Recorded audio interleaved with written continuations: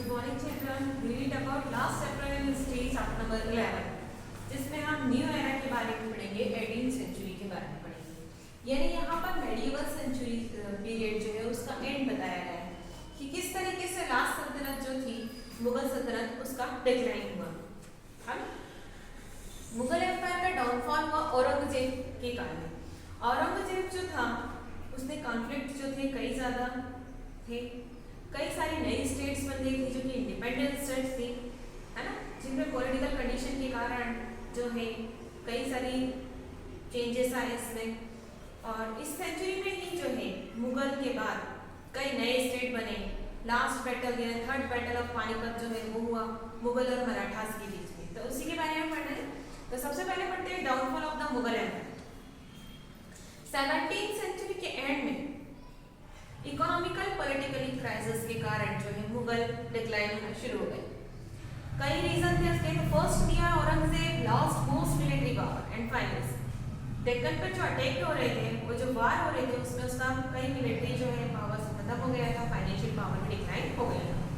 Lake of administration, उसका administration proper नहीं था। Dependence of the officers, Mughal lost their hold. Mansabdar जो थे वो करप्ट हो गए थे, है ना।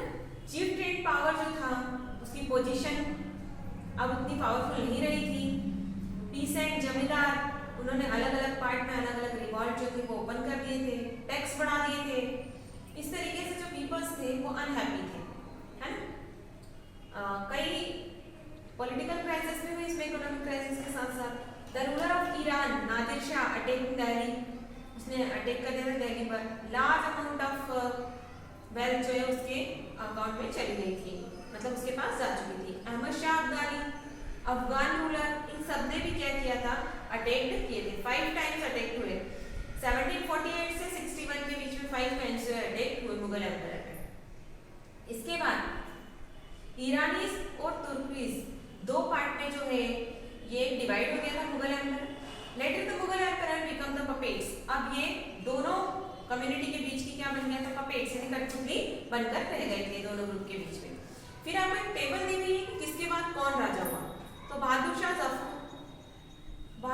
जो था फर्स्ट राजा था औरंगजेब के बाद, और लास्ट जो बहादुर शाह सेकंड जो है, जो बहादुर शाह जफर के नाम से जाना जाता था, वो लास्ट रूलर हुआ, जिसके बारे में आपको एक एक करके बताया गया है। औरंगजेब की डेथ हुई 1707 में। उसके बाद उसका सक्सेसर जो था बहादुर शाह, वो फर्स्ट एम्परर बना मुगल एम्पायर का, है ना। उसने जेल से रिलीज किया था शिवाजी को, जेल में थे जिनको, उनकी ग्रैंडसन को रिलीज किया था, और उसकी डेथ हुई 1712 में। इसके बाद उसका सन झारंदर शाह जो है वो राजा बना। जुल्फिकार खान उसकी हेल्प किया। सैयद ब्रदर्स जो है अलाउद्दीन, अबुद्दाली और हुसैन अली, अब्दुल्लाह और Hussain Ali, known as the history of the king maker, इन्होंने नई हिस्ट्री बनाई। डिफीटेड किया इन्होंने फारूक सयार को, है ना, जो कि जलंधर का क्या था, नेफ्यू था, भतीजा था। फारूक सयार जो था उसने रिलीज होने के लिए बहुत ट्राई किया, लेकिन सैयद ब्रदर्स जो थे इतने क्लेवर और चालाक थे कि उसकी उनकी जेल से वो छूट नहीं पाया। इस समय मराठास जो थे उन्होंने मोहम्मद शाह को किल किया था, है ना। इस तरीके से एक के बाद एक जो है ये सारे राजा बनते गए मुगल में। अलीवर्दीन खान बंगाल का गवर्नर बना उस समय। शहादत खान अवध का। निजामुल मुल्क जो है डेक्कन का, जहाँ पर हैदराबाद था।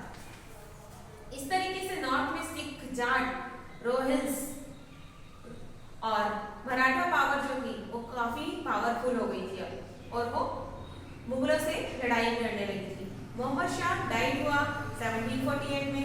मैनी रूलर्स जो थे उस समय शॉर्ट पीरियड के लिए आए, और उसके बाद लास्ट रूलर रहा बहादुर शाह जफर, है ना, जिसको ब्रिटिशर्स के द्वारा क्या कर लिया, उसके राज्य को कैप्चर कर लिया गया।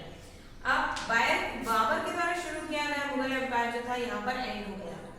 इसके बाद नई इंडिपेंडेंस स्टेट्स बनी, हैदराबाद, बंगाल, अवध, रुहेलखंड, पंजाब, राजपूत, मराठा और मैसूर। एक के बारे में पढ़ते हैं। तो इसमें मुगल डायनेस्टी जैसे जैसे डिक्लाइन हुई थी वैसे वैसे इनका उदय हुआ।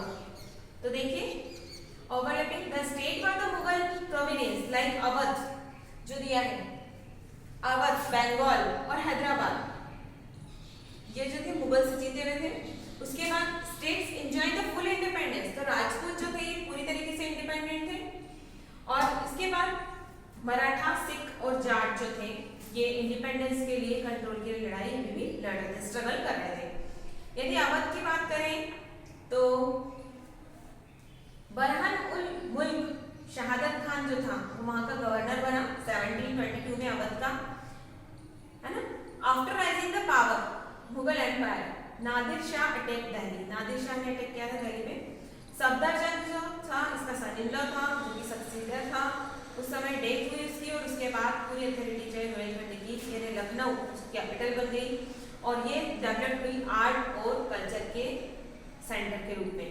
Awadh rule establish the peace and justice, इसके शासन में जो था यहाँ पर शांति बनी हुई थी, है ना। फाइनेंस, बहुत ही फाइनेंस वेल्थ अच्छी थी इसके पास, जिसका गेन इसको मिला।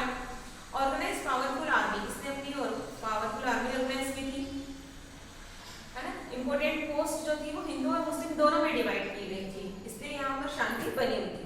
फिर हम बात करते हैं सेकंड स्टेट हैदराबाद की, जो कि 1722 में Mughals appointed the chief Khalid Khan को गवर्नर बनाया था डेक्कन का, और उसको टाइटल दिया गया था निजाम उल मुल्क का। Acting the independence the founding of the Asaf Jahi dynasty, successor of the Nizams Hyderabad, उसी को मिली थी ये, है ना। और इसी ने राज किया एंड तक। 1948 में जब हम आजाद हो गए उसके बाद इसको जो है रिपब्लिकन इंडियन में क्या किया गया, इंक्लूड किया गया है। फिर बंगाल की बात करें तो 1707 में मुर्शिद क्वाली खान जो था वहाँ का गवर्नर अपॉइंट हुआ, है ना। उसने अपनी कैपिटल जो है चेंज कर दी थी ढाका से मुर्शिदाबाद, जो कि अभी प्रेजेंट में बांग्लादेश में है। वह सक्सीडर ऑफ द सुजाउद्दौला, सुजाउद्दौला और अलीवर्दी खान का सक्सेसर था वो, और रूल्ड जो था किया था उसने बहुत अच्छे से किया था, उसका स्टेट बहुत ही प्रॉस्परस था, खुशहाल था। They organise the administrative structure, इसने बहुत ही अच्छा एडमिनिस्ट्रेटिव स्ट्रक्चर जो था वो फॉर्म किया था। Agriculture, trade, industry, poor farmers को लोन देना, ये सारा इसने किया था वर्क। इसके बाद रिमूव द करप्ट इनसफिशिएंट जागीरदार, जो कि करप्ट जागीरदार थे उनको रिमूव किया और उसके स्थान पर हिंदू बंगाली जो थे उनको रेवेन्यू कलेक्ट करने के लिए जो अपॉइंट किया गया। इन्होंने मराठा से संधि की थी, टेरिटरी जो थी वो की थी। After the battle of Buxar 1764 AD, Bengal was captured by the East India Company, और बाद में इसको ईस्ट इंडिया कंपनी के द्वारा जो है बंगाल को कैप्चर कर लिया गया। अब सीजिंग इंडिपेंडेंस जो कि स्ट्रगल कर रहे थे सिख, उनके बारे में पढ़ते हैं। Organise the political community in the 17th century, Punjab में एक पॉलिटिकल कम्युनिटी बनाई गई थी, गुरु गोविंद सिंह ने फॉर्म की थी खालसा के नाम से, द खालसा 1699 में। गुरु गोविंद सिंह जो थे वो इसके हेड थे, उन्हीं के द्वारा जो है इसको बनाया गया था, ऑर्गेनाइज किया गया था। उनकी डेथ के बाद जो है सिख जो थे उन्होंने कैपेबल लीडर बंदा बहादुर को लीडर बनाया।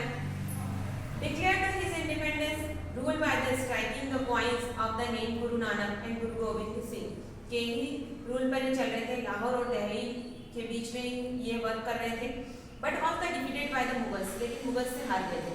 18th सेंचुरी में फिर से रिकॉग्नाइज किया गया है इन्होंने अपने आप को, और मिसल्स के रूप में डिवाइड की गई टेरिटरीज को। सिंगल पावर थी, यूनिटी नहीं थी, इसलिए सक्सेस नहीं हुए।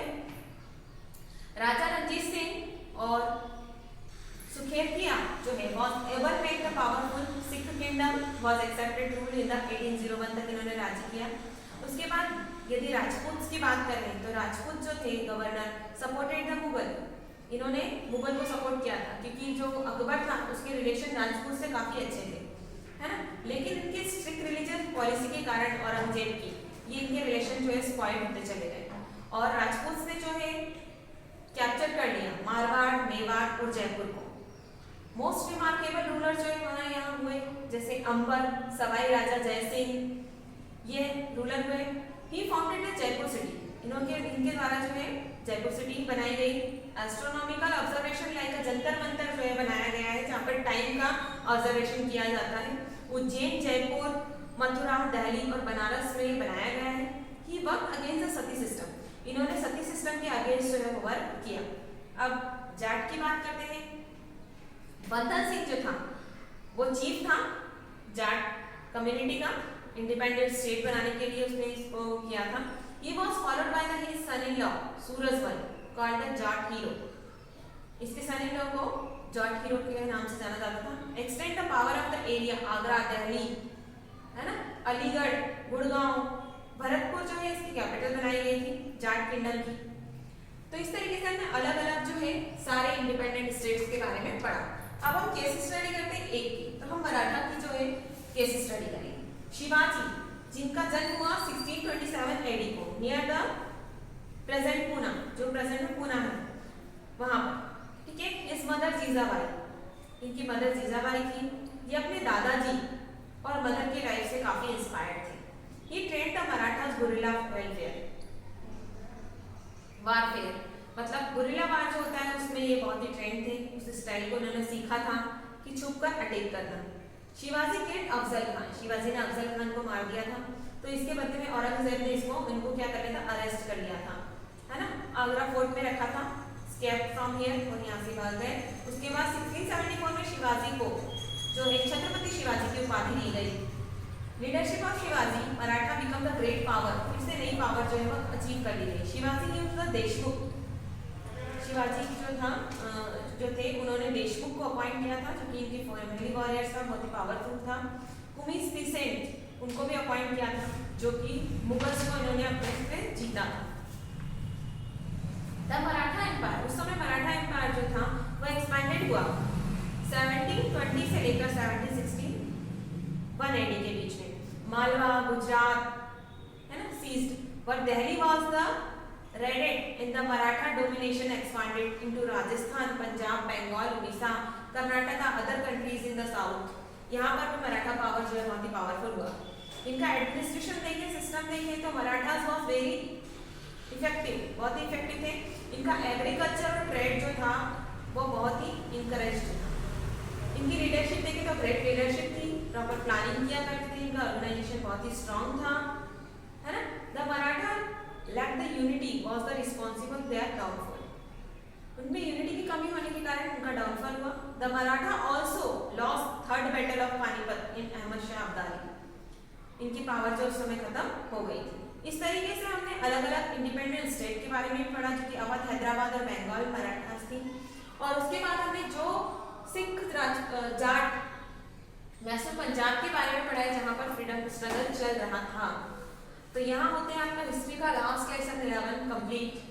Thank you.